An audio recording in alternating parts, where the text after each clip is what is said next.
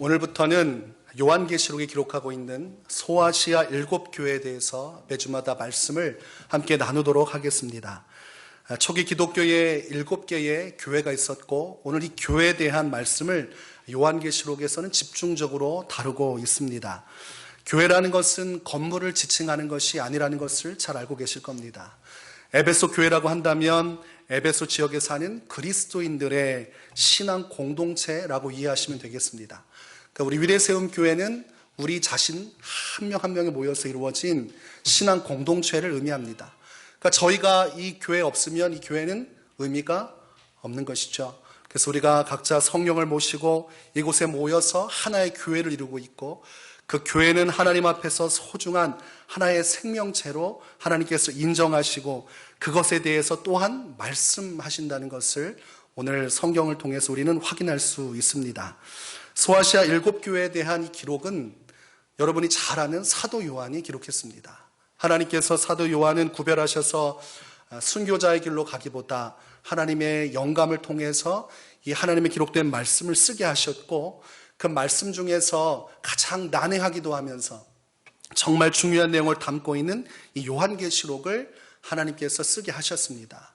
요한계시록에는 장차 일어날 일들과 또한 그 안에서 우리가 무엇을 준비해야 하는지에 대한 신앙적 관점을 제시해주고 있습니다.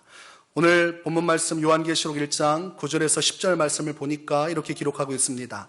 나 요한은 너희 형제요 예수의 환난과 나라와 참음에 동참하는 자라. 하나님의 말씀과 예수를 증언하였으므로 말미암아 반모라 하는 섬에 있었더니 주의 날에 내가 성령에 감동되어 내 뒤에서 나는 나팔 소리 같은 큰 음성을 들으니 라고 되어 있습니다. 사도 요한이 반모섬에서 하나님의 큰 감동을 받는 순간을 기록하고 있습니다. 일반적으로 사람과 사람 사이에서 이루어지는 것이 아닌 영적인 세계에 대한 기록입니다. 믿음으로 들어야지만 받아들여지는 내용이죠. 오늘 본문을 보니까 내가 성령에 감동되어 내 뒤에서 나는 나팔 소리 같은 큰 음성을 들었다고 되어 있습니다. 하나님의 큰 성령의 충만함에 붙들린 채로 성령 안에서 보고 듣고 느낀 것을 그가 기록한 내용입니다. 예수님께서는 이 요한계시록 이 내용대로 이 사도 요한에게 나타나셔서 그에게 메시지를 던져주십니다. 자신이 사망과 음부의 열쇠를 가졌음을 계시하시고 장차 있을 일들을 내가 기록하라고 명령하신 것이죠. 그러니까 사도 요한이 자신의 어떤 업적을 남기기 위해서 기록한 개인의 비망록이 아니라 하나님의 성령이 찾아오셔서 예수 그리스도께서 그에게 찾아오셔서 그에게 기록하라 한 대필하고 또한 그것을 대언한 것과 같은 내용이 오늘 이 요한계시록의 말씀이라는 것입니다. 그러니까 사람의 작품으로 이해하면 이해하기가 어렵습니다.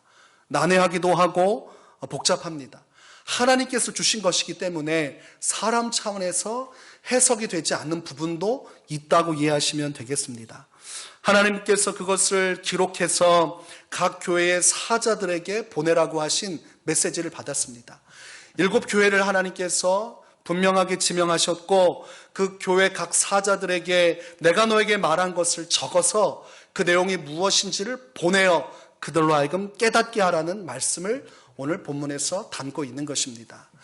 요한계시록의 그 수많은 내용 중에 7교회를 향한 메시지는 오늘날을 살아가는 우리에게 너무나 중요합니다.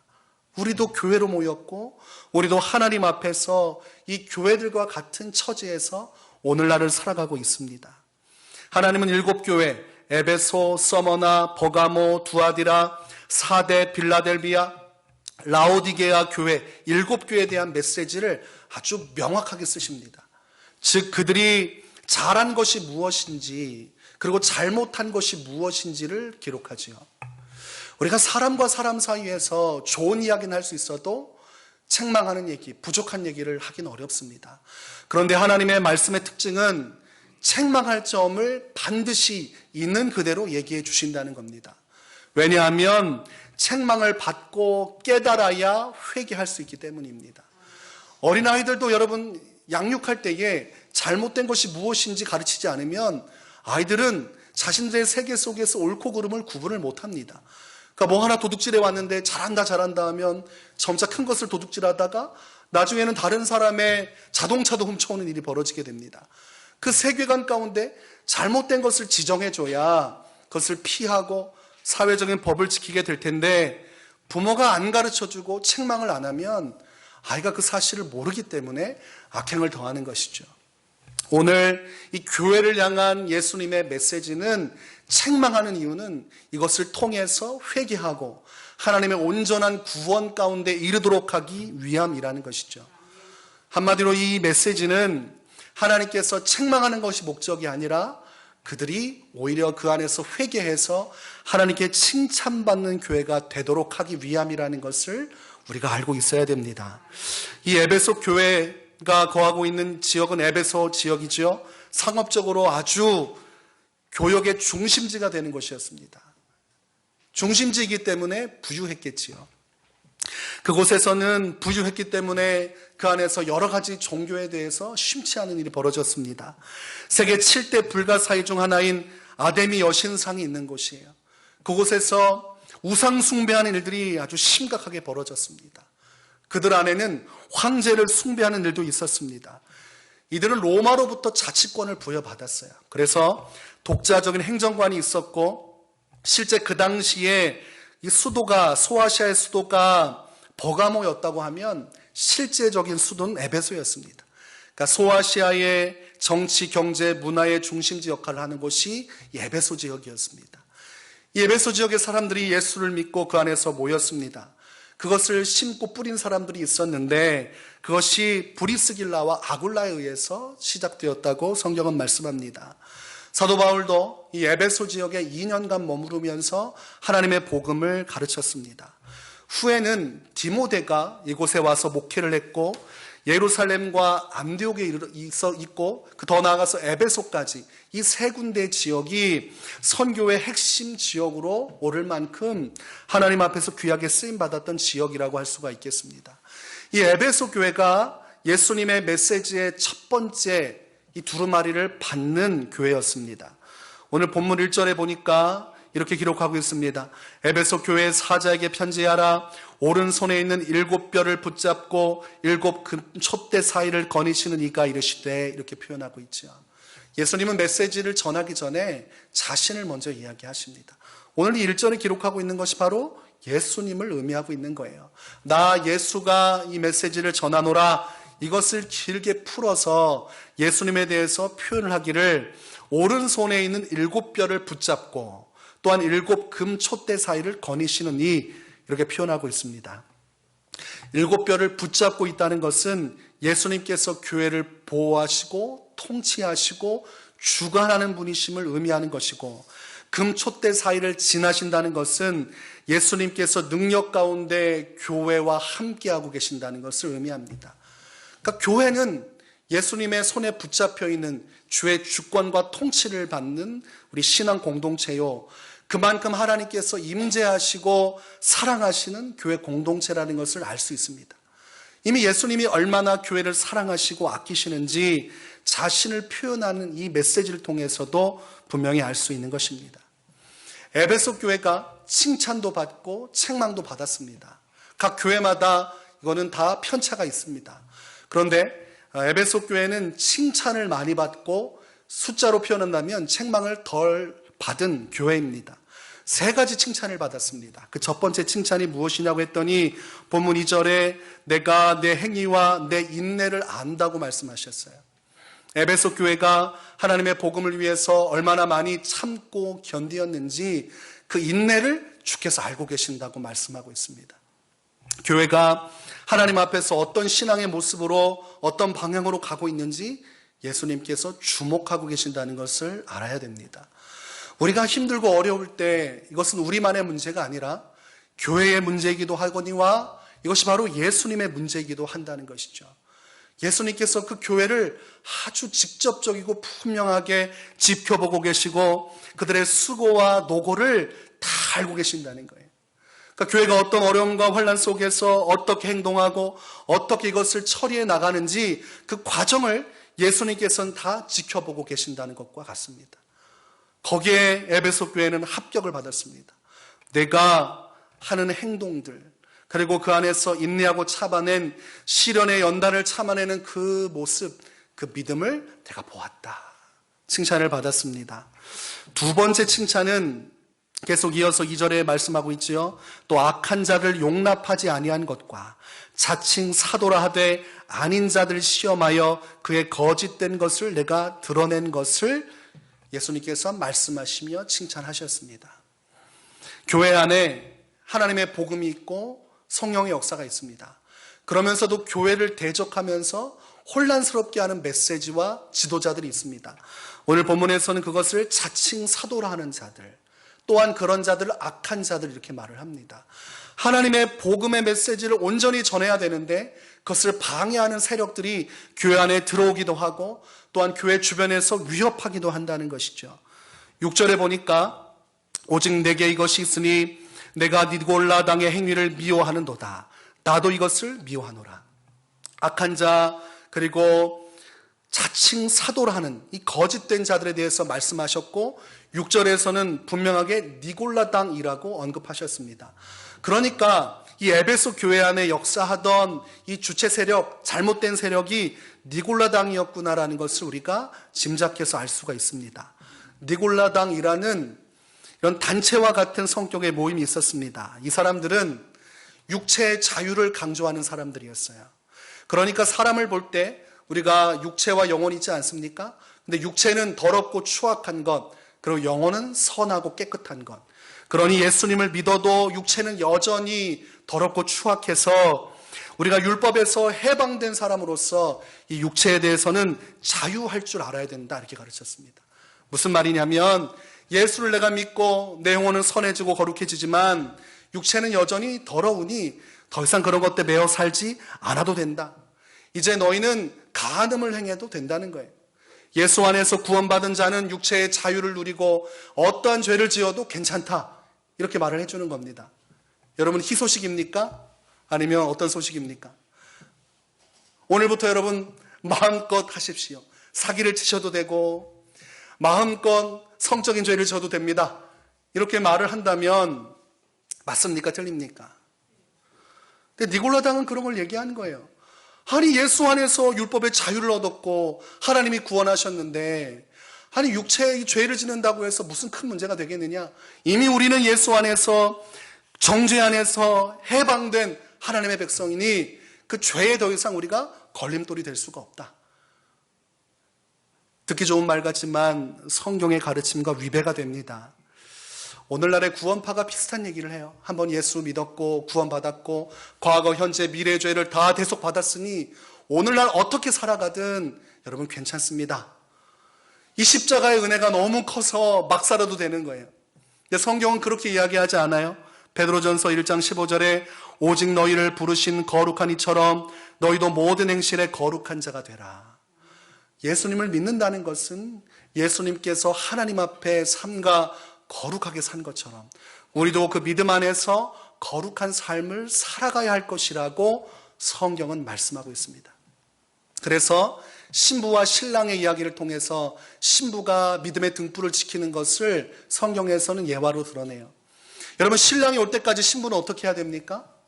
자신을 거룩하게 하고 그리고 자신을 단장해야 됩니다. 우리 모두가 예수님을 신랑으로 맞이하는 신부와 같아요. 저같이 등치 큰 신부도 있습니다. 어느 날 예수님께서 오시면 저도 신부가 되어 예수님을 맞이하겠죠. 영적인 의미를 해석할 때 신부라는 겁니다.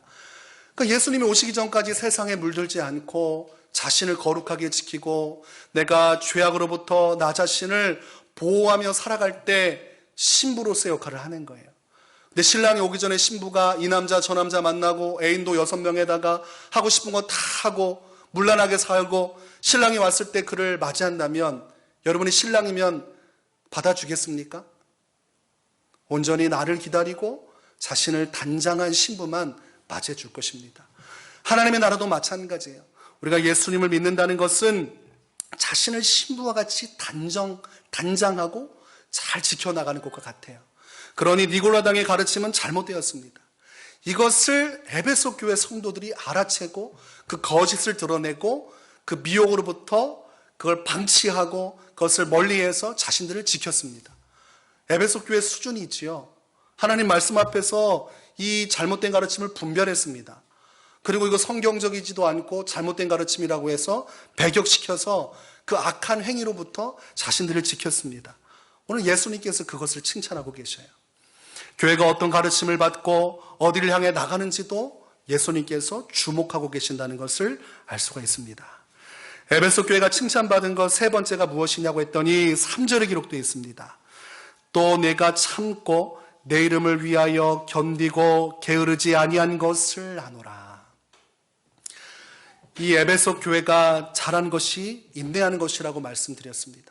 이들은 신앙적인 인내를 잘했어요. 더불어서 예수님은 3절에서 추가적으로 견디고 게으르지 아니한 것까지 칭찬하셨습니다. 신앙이 한번 뜨거울 수는 있습니다. 신앙의 모습을 가지고 갈 수가 있어요. 그런데 어렵고 환난이 닥치면 움츠러들게 되어 있습니다. 요한복음 20장 19절에 보면 예수님께서 죽으시고 난 이후 제자들이 어떻게 신앙생활을 했는지를 보여줍니다. 이날 곧 안식 후 첫날 저녁 때에 제자들이 유대인들을 두려워하여 모인 곳의 문들을 닫았더니 예수께서 오사 가운데 서서 이르시되 너에게 평강이 있을지어다. 제자들이 너무 두려운 나머지 문을 다 닫아 걸고 조용하게 있었습니다. 그러니까 핍박과 환난이 거세지는 것을 두려워해서 조용히 모이고 있었어요. 예수님이 그곳에 함께 하셨다고 되어 있습니다. 그러니까 핍박과 환난이 들어오면 위축되고 신앙생활을 온전히 하기가 참 어렵습니다. 굉장히 어렵습니다. 그런데 에베소 교회는 어떤 고난이 와도 잘 참아냈고 그리고 그 이후에 신앙생활도 꾸준히 해나갔어요. 변함없이 게으르지 아니하고 자신들이 신앙인으로서 해야 할 일을 꾸준히 해나갔습니다. 그래서 그들이 칭찬을 받았어요. 야, 너는 어떻게 그렇게 게으르지 않고 끝까지 신앙의 길을 잘 걸어가니? 라고 예수님이 칭찬하신 겁니다. 이로보건대 에베소 교회는 환난과 핍박이 다가와도 그것을 끝까지 참고 믿음을 지켜나간 교회요. 그것뿐만이 아니라 자기의 신앙생활의 길을 포기하지 않고 꾸준히 이루어나간 교회였음을 알 수 있습니다. 교회가 잘못된 가르침에 노출될 때 그 이단 사설에 빠지지 않고 말씀으로 분별해서 하나님의 복음만을 따라간 교회라는 것을 알 수 있습니다. 여러분, 이 정도 되면 괜찮지 않습니까? 우리 교회와 에베소 교회와 비교하면 어떻습니까? 고개를 숙일 필요가 없습니다. 작지만 단단한 교회. 네. 이 말씀 속에서 하나님이 아주 중요한 부분을 칭찬을 하셨어요. 아주 중요한 것이죠. 하나님 앞에서 믿음의 절개를 지키고 신부로서 자신을 잘 지켜나가는 것, 교회로서의 가치입니다. 그런데 이들이 한 가지 책망을 받습니다. 아쉬운 장면입니다. 그것이 4절에 기록되어 있습니다. 그러나 너를 책망할 것이 있나니 너의 처음 사랑을 버렸느니라. 하나님 입에서 나올 만한 단어는 아닌 것 같아요. 처음 사랑을 버렸느니라. 남녀 간에 연인 사이에 또는 부부 사이에 말할 때 여보 옛날과 다른 것 같아 라고 말하는 것은 이해하지만 예수님께서 이 요한계시록 말씀에서 사도 요한을 통해서 하신 메시지가 처음 사랑을 버렸다? 이것이 맞는 표현인가 싶을 것입니다. 그러나 오늘 이 에베소 교회에 전해진 메시지 중에 제일 중요한 메시지가 처음 사랑입니다. 다른 거 다 잃어버려도 여러분, 이 에베소 교회에 대한 메시지 중에 처음 사랑이라는 단어는 잊어버리면 안 됩니다. 예수님께서 이 말씀을 통해 그들에게 주고자 하셨던 것이 처음 사랑을 회복하라는 것이었기 때문입니다. 요한계시록 1장 14절에 보면 예수님을 이렇게 표현을 합니다. 그때에 그의 눈은 불꽃 같고라고 되어 있어요. 불꽃처럼 타오르는 눈빛으로 하나님은, 예수님은 모든 것을 다 보고 모든 것을 다 아십니다. 에베소 교회가 보여준 신앙의 모습도 아셨고, 더 중요한 것은 그들이 어떠한 마음으로 주님 앞에서 신앙생활하는지 그 중심도 예수님은 다 보셨다는 겁니다. 그들이 보여준 신앙의 모습은 훌륭했어요. 그런데 그 깊이를 들어가서 중심을 봤더니 옛날과 같은 사랑이 아니라는 것이에요. 전처럼 예배도 하고 이단을 축출하고 신앙생활을 하는데 그 마음의 중심이 변질됐다는 거예요. 첫사랑이 사라졌다는 것입니다. 그래서 예수님은 그 부분을 명확하게 책망하고 계신 겁니다. 아니 신앙생활 하는데 무슨 사랑이 중요합니까? 주님이 이 정도로 하나님 앞에 예배하고 헌금하고 우리가 할 것 했으면 됐지 무엇이 중요합니까? 그러나 그것이 하나님의 뜻이라면 달라지는 거예요. 하나님은 사랑이 중요하다고 지금 말씀하고 있는 것입니다.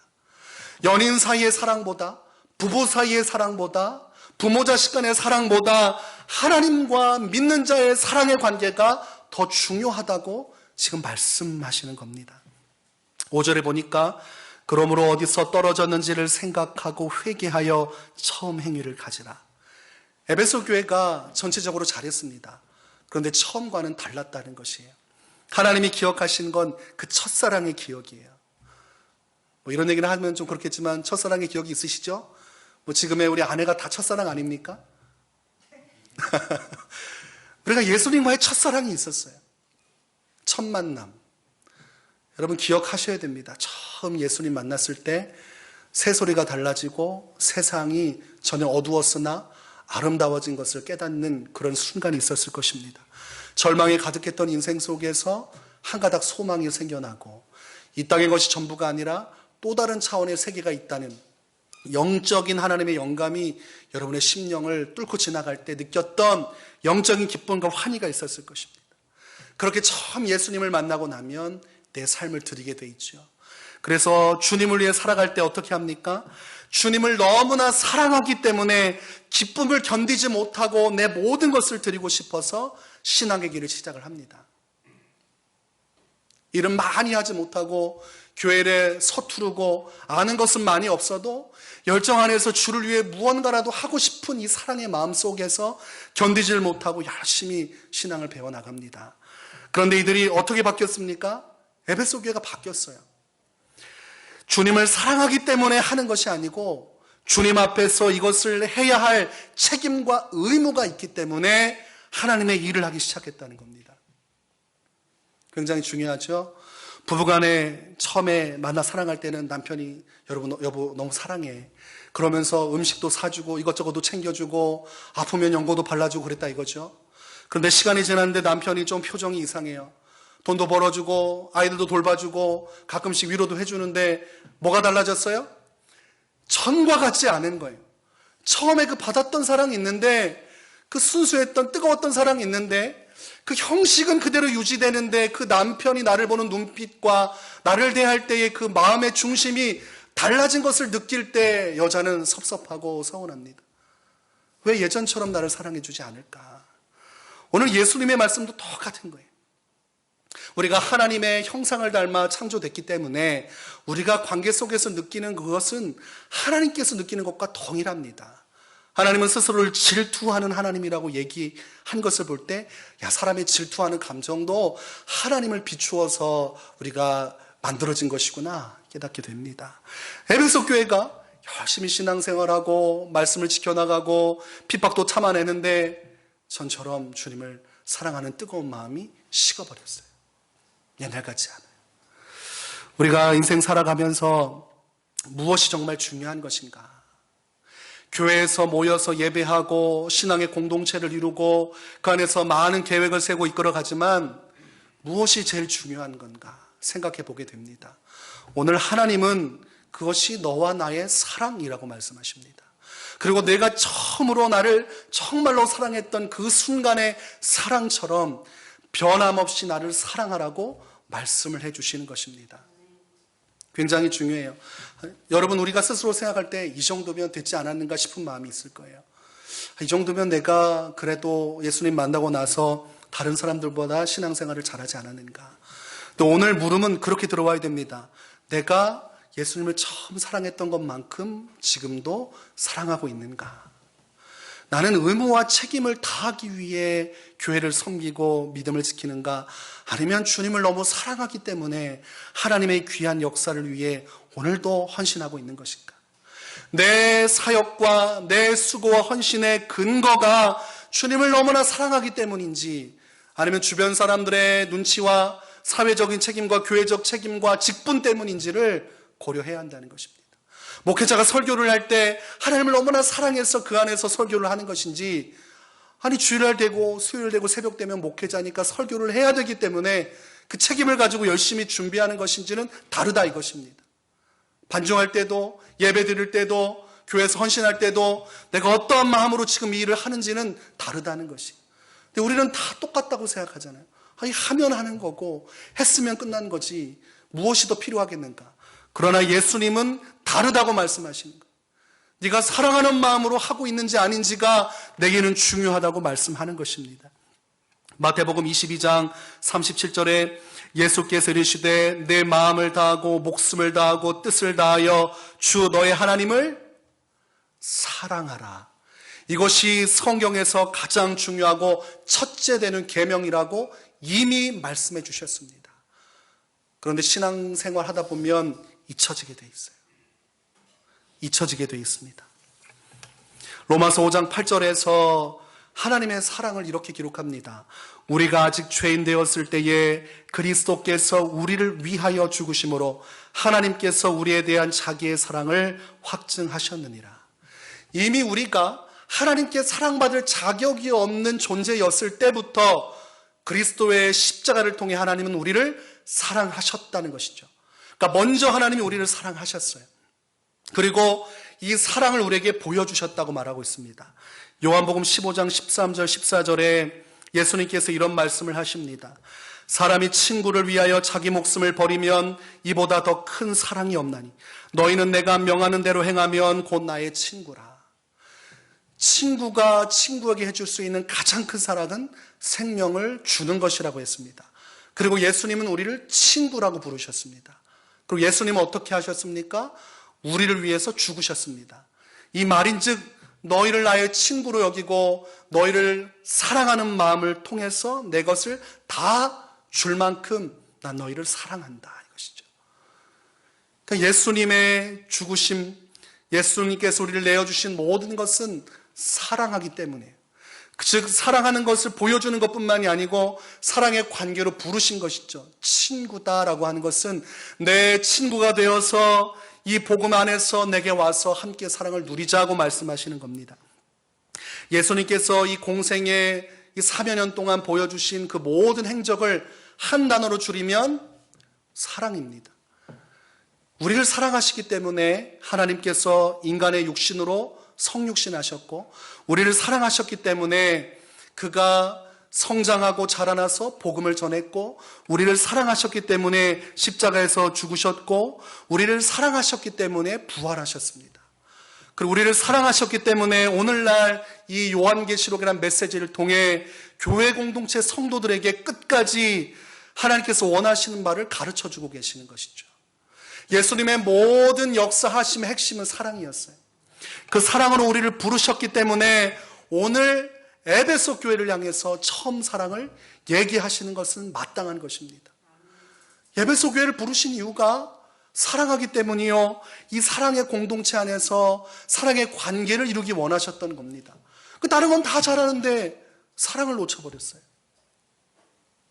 그냥 살다 보니까 그냥 환난, 위험, 어려움 겪다 보니까 또 세상살이 하다 보니까 무뎌졌어요. 칼날이 오래 쓰면 무뎌지듯이 신앙생활 반복하고 내 신앙의 연수가 지나고 수만 가지 생각 속에 얽히다 보니까 무엇이 중요한지는 잊어버리고 형식적인 열정만 남아있더라는 것입니다. 주님은 다시 너희가 어디부터 그 사랑이 흔들렸고 어디에서 추락했는지 그 시점을 기억하고 다시 되돌아가라고 말씀하십니다. 영화 박하사탕을 보면 주인공 설경구가 달려오는 기차를 향해서 뛰어들고 입을 크게 벌리고 나 다시 돌아갈래 하면서 괴성을 지릅니다. 과거에 순수했던 그 대학생 시절로 되돌아가기를 원하는 것이죠. 여러 가지 정권이 바뀌고 자기 자신이 생활하는 생활 환경이 바뀌면서 이 사람은 세상을 알아가고 사람을 알아가요. 대학교 때는 순수한 눈망울로 노래 부르면서 그렇게 기쁘게 살았는데 나중에는 세속적으로 쩌들면서 폭력을 행사하고 그리고 아주 세상의 베테랑이 되었는데 그 옛날 정말 순수했던 그 대학 시절로 돌아가고 싶은 갈망이 그에게 생겼습니다.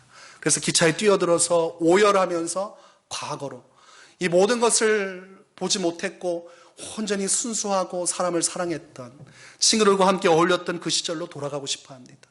오늘 예수님은 에베소 교회에게 그 시절로 돌아가라고 말씀하십니다.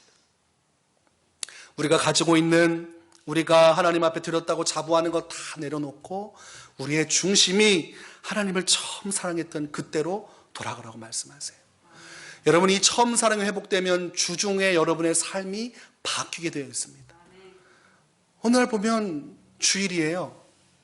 어떤 분은 저한테 그러더라고요. 예배 끝나고 목사님 열심히 살았는데 한 주간 주님도 생각하지 못하고 그저 그냥 하루 종일 일만 하다가 오니까 벌써 주일이 됐습니다. 걱정입니다. 걱정입니다. 주님이 없는 거예요. 예배에 오면 열심히 예배하고 교회 봉사도 열심히 하는데 세상으로 나가면 주님이 없는 거예요. 그게 무슨 의미냐면 하나님을 향한 사랑이 시들어가고 있다는 것을 의미합니다. 주님과의 개인적인 친밀함 없이 신앙인으로서 와서 해야 할 의무와 책임만 다하는 거예요. 하나님과 속삭이는 사랑의 고백이 없어요. 다윗의 시편을 보면 끊임없이 오가는 것이 주님과의 사랑의 속삭임입니다. 하나님을 얼마나 많이 사랑하고 있는지, 하나님이 자신에게 얼마나 소중한 사람인지, 그래서 그것을 기반으로 해서 위기가 닥치면 주님께 기도하기 시작하고 주님만을 갈망하면서 모든 환난과 위기를 극복하는 이야기가 성경에 기록되어 있습니다. 여러분 마음이 답답하고 사랑 속에서 주님을 보지 않고 형식적으로 신앙에 나가고 있을 때는 시편을 묵상하시기 바랍니다. 그가 얼마나 주님을 사랑했는지를 기록하고 있어요. 여러분 과거에 여러분이 얼마나 주님을 사랑했는지 다시 한 번 더 추억하시고 그 시절로 돌아가시기 바랍니다. 목사님, 저는 이미 그때보다 너무나 많은 것이 바뀌어서 옛날 같을 수가 없습니다. 그러나 예수님은 그것이 가능하다고 말씀하십니다. 내가 어디서 떨어져 내렸는지 그 시점을 기억하고 그 순수함으로 되돌아가라. 나를 처음 사랑했던 그 사랑으로 되돌아가라. 회개하고 그때 그 순간으로 되돌아가라고 말씀하고 계십니다. 엔도 슈샤쿠가 쓴 침묵이라는 책이 있습니다. 일본의 에도 막부 시대에 믿음을 가진 신앙인들을 탄압하는 일들이 벌어졌습니다. 그 책에는 신부라고 할 수 있는 그 신앙인들이 주축이 돼서 그 이야기를 전개해 나가요. 그 내용을 보면 참 많은 생각을 하게 합니다. 그 일본 그 사회 속에서 예수님을 믿는다는 것이 얼마나 어려웠었는지, 그리고 그때 믿음을 가지고 살아가면 어떠한 박해를 받았는지를 알 수가 있습니다. 그 책에 쓰여진 내용 중에 기억나는 인물이 있습니다. 기치지로라는 인물이에요. 이 인물은 한 가지 잘했습니다. 배교를 잘했어요. 배교. 그 당시에 배교할 수 있는 방법은 신앙을 저버리는 방법으로 십자가나 예수상을 새겨놓고 신자로 하여금 그것을 새겨놓은 목재나 금속재 판을 밟게 했습니다. 그러니까 여러분 앞에 예수님의 얼굴이 그려진 어떤 금속판을 하나 놓고 밟으라고 하는 거예요. 그러면 믿는 사람은 밟을 수 있습니까? 없습니까? 예수님의 얼굴을 밟기가 어렵지요. 예수 믿는 것이 무엇인지를 배웠는데 그 앞에 대두고 예수님의 얼굴을 밟기가 어렵습니다. 굉장히 어려운데 이 기치지로는 가족들이 다 예수를 믿는다고 하고 밟지 못할 때 밟은 인물입니다. 그래서 그 가족들은 다 화형에 처해져서 죽고 이 기치지로는 살아남아요. 이 사람 자체가 그 책 속에서 표현하기를 비굴한 사람으로 표현을 합니다. 굽실굽실대고 그리고 다른 사람의 눈치를 보는 사람으로 표현됩니다. 그런데 이 책만 볼 때는 잘 이해가 안 돼요. 아니 예수님의 얼굴을 어떻게 밟을 수 있겠어? 라고 이해하게 되지만 이것을 원작으로 해서 만든 영화가 있습니다. 사일런스라는 영화예요. 그곳에 보면 유명한 그 배우들이 많이 나왔습니다. 그래서 잘 만들어진 영화구나. 그래서 그 영화를 봤는데 고문을 보니까 참 어렵습니다. 바닷가에다가 십자가 꽂아놓고 거기다가 사람을 매달아서 간만조 물대 안에 들어가서 그 물로 인해서 계속 고통받게 합니다. 태양빛이 내리쬐는 데에서 그 바닷가에서 발가벗겨져서 온몸이 그을리고 물에 쓸리고 하다가 일주일 동안 고통받다가 죽는 거예요. 또는 사람을 심지어 뒤집어 놔서 그 목에다가 작은 상처를 내서 한 방울 한 방울씩 피가 떨어지게 하는 거예요. 매달아두고 그런 일을 합니다. 그때에 이 기치지로가 배교해버리고 도망가버리고 그렇게 생명을 유지하고자 했습니다. 근데 그곳에 나타난 신부는 마음의 신앙이 확고했죠. 그런데 그 사람이 혼란에 겪기 시작합니다. 사람들이 죽어나가는 것을 눈으로 보면서 충격을 받기 시작해요. 이론으로 알고 있던 순교의 현장이 아니라 실제로 자신이 만나고 사랑했던 그 신앙인들이 붙잡혀가지고 피를 쏟아내고 그리고 바닷가에서 죽어나가는 걸 보면서 충격을 받습니다. 그러면서도 신앙을 지켜야겠노라 생각하게 되지만 쉽지 않아요. 그때의 영화를 보면 엄청난 고뇌를 하고 있는 신부에게 다가간 일본인이 있습니다. 그 사람이 언어적으로 이 사람과 소통을 하면서 계속 회유하는 거예요. 먹을 것도 주고 좋은 옷도 주고 신부는 잘 지켜줍니다. 그러나 믿음을 지키는 신앙인들, 그 밑바닥에서 고통스러워하는 그 사람들이 고통받는 그 순교의 현장을 보여주는 거예요. 너는 죽이지 않겠다는 거죠. 여기에서 이 사람들이 고통받는 이유는 신부 당신 때문이고 당신이 지금 아주 쉽습니다. 이 금속판만 밟으면 이 사람들 전원을 다 풀어주고 당신 또한 자유해질 수 있습니다. 지금 밖에서 신음소리가 막 들려오고 부들부들 떨고 있는 거예요, 사람들이. 자기가 마음만 먹으면 이거 밟으면 끝나는 겁니다. 여러분 어떻게 하시겠습니까? 어떻게 하시겠어요? 내가 죽는 것도 무서운데 나 때문에 다른 사람들이 죽어나갈 때 어떻게 하겠습니까? 이 신부가 이루 말할 수 없는 고난과 그 번민 속에 괴롭히다가 마침내 예수상을 밟고 그 자리에서 무너져서 오열하기 시작합니다. 그때 이 사람이 무엇이라 표현하냐면 그때에 예수님께서 주신 마음이 있었다는 거예요. 밟아라. 오히려 그 밟는 발이 더 아프지 않겠냐. 한마디로 이 고통과 괴로움의 순간에 신앙을 지키고 죽는 것보다 배교하는 것이 더 고통스럽다는 어떤 자기 안에 확신을 갖고 더 고통스러운 배교를 선택했노라 이야기를 합니다. 그 사람이 끊임없이 되뇌이는 한 가지는 왜 주님은 침묵하시는가? 성도들이 이렇게 고통받고 내가 주님 앞에 끊임없이 질문하는데 왜 하나님은 아무런 말씀도 없이 묵묵히 계시는 것일까? 고뇌하고 고뇌하다가 배교하게 되는 것입니다. 그러나 여러분, 주님이 침묵하시는 것과 대답하시는 것으로 인해서 얻어지는 것은 아무것도 없습니다. 이 신부가 처한 상황은 하나님이 침묵하시는가 아닌가의 문제보다는 자기 자신이 얼마나 주님을 사랑하는가에 달려져 있었다는 것을 우리가 깨달아야 됩니다. 내 목숨보다 주님을 사랑하는가? 기시적으로는 그렇지 못했어요. 내 목숨보다 주님을 사랑하진 않아요. 그러니까 발판을 신속하게 밟고 도망갔지요. 형제자매 다 죽었는데도 일단 나는 살아야 되니까 도망갔습니다. 그것이 오늘날의 우리의 모습일 수도 있겠다는 생각을 했어요. 어떤 상황에 처했을 때 나의 모습은 어떠할까? 마지막까지 고뇌하는 그 신부, 자기의 동료 신부가 순교하는 것을 보고 나서도 깊은 고통 속에서 번뇌하던 그 신부의 마음을 우리는 이해합니다. 그런데 그는 침묵하는 것에만 고통스러워했지 자신이 얼마나 주님을 사랑하는지에 대한 질문을 하지 않았어요. 내 죽음보다도 다른 이의 죽음보다도 주님을 더 사랑하는가? 그 질문에 대한 대답을 스스로가 냈다면 배교하지 않고 마지막 죽음의 순간을 거두었을 것입니다. 여러분, 신앙생활의 모든 최종적인 분별은 주님을 얼마나 사랑하는가로 귀결됩니다. 한 사람의 신앙생활과 그가 걸어가는 발걸음과 최후의 선택의 최종적인 기준은 내가 얼마나 주님을 사랑하는가로 귀결되게 되어 있습니다. 하나님께서 우리에게 부르신 부름도 사랑이요, 우리를 구원하신 것도 사랑이요, 우리에게 천국을 주신 것도 사랑이요, 사명을 주신 것도 사랑이기에 우리가 예수님을 만나고 신앙의 길을 거들어서고 수많은 번뇌와 고뇌와 고뇌 속에서 수많은 것이 부딪혀와도 최종적인 질문에 대답하는 것, 내가 주님을 얼마나 많이 사랑하는지를 내 스스로가 결단하고 정하지 않고는 어떠한 것도 해답을 얻을 수 없습니다. 여러분, 신앙생활하면서 담겨지는 모든 문제의 해답은 내가 얼마나 주님을 사랑하는가에 있습니다. 대부분 갈등하면서 문제를 가지고 옵니다. 그런데 숨겨진 것을 몰라요.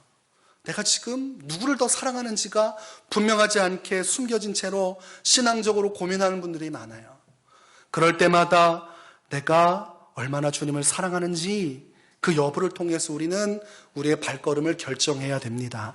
고린도전서 13장 1절에서 3절은 말씀합니다. 내가 사람의 방언과 천사의 말을 할지라도 사랑이 없으면 소리나는 구리와 울리는 꽹과리가 되고, 내가 예언하는 능력이 있어 모든 비밀과 모든 지식을 알고 또 산을 옮길 만한 모든 믿음이 있을지라도 사랑이 없으면 내가 아무것도 아니요 내가 내게 있는 모든 것으로 구제하고 또 내 몸을 불사르게 내줄지라도 사랑이 없으면 내게 아무 유익이 없느니라.